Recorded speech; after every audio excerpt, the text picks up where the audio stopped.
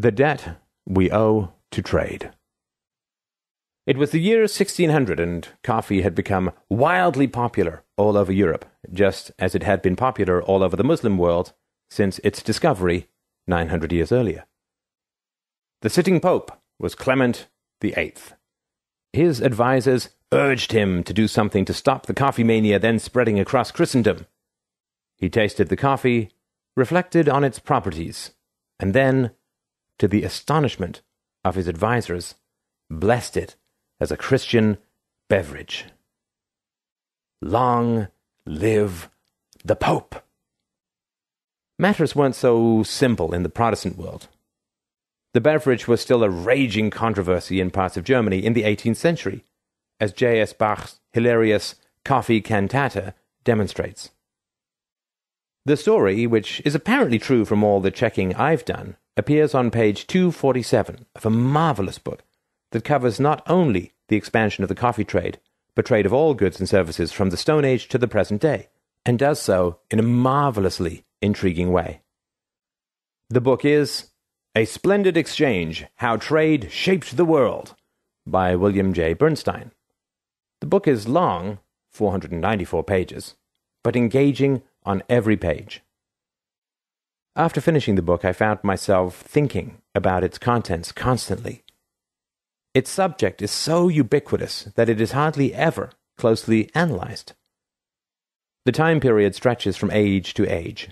The geography covers the planet, and the items covered include spices, coffee, silk, pigs and pork, precious metals, oil, and really just about everything else.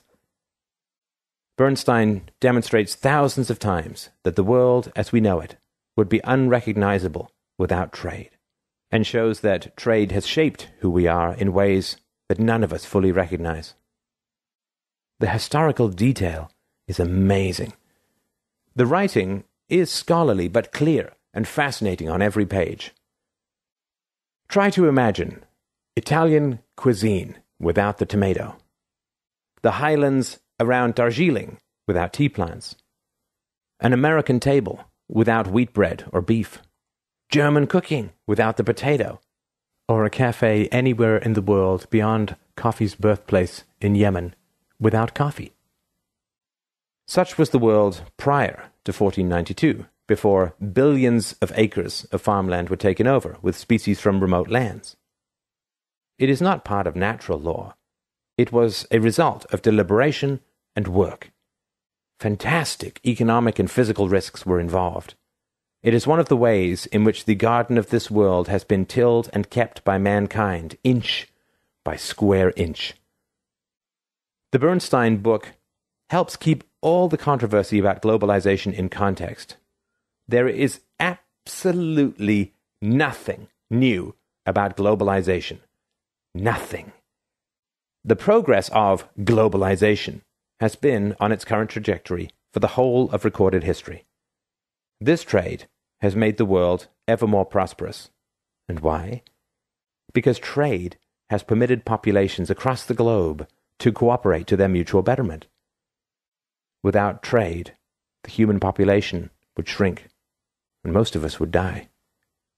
Even a slight curtailment of trade can bring on economic depression and dramatically shrink our standards of living. It is one of the great failings of the human race that we tend to regard the wealth that surrounds us as a given, something that is just part of the world that will last forever and requires no work to acquire.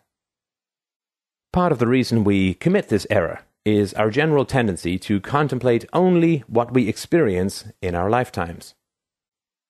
But the wealth that surrounds us is the fruit of the whole of history, the accumulated capital of the human race from all time.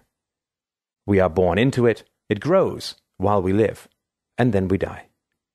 Appreciating the bigger picture entails transcending one's own brief interval of experience. This is precisely what Bernstein's book does. It takes us outside the here and now and helps us understand the big picture. And he does this by looking at the details of goods traded in lands far away during all times.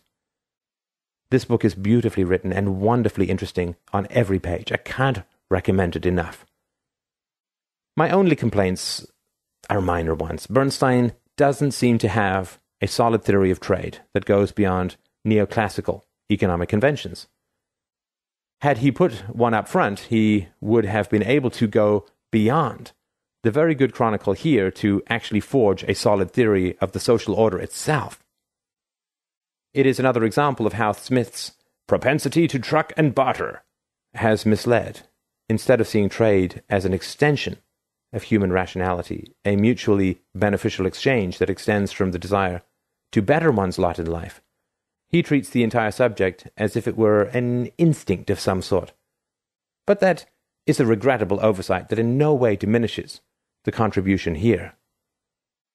My second complaint concerns the final chapter, which conforms to a rule often cited by the late Murray Rothbard, that all final chapters of books should just be removed. Bernstein spends the entire book showing us how trade can take place without any government management, and then uses the last chapter to argue for government-managed trade in the form of the North American Free Trade Agreement and the World Trade Organization. You just want to shout, "Read your own book, Mr. Bernstein!"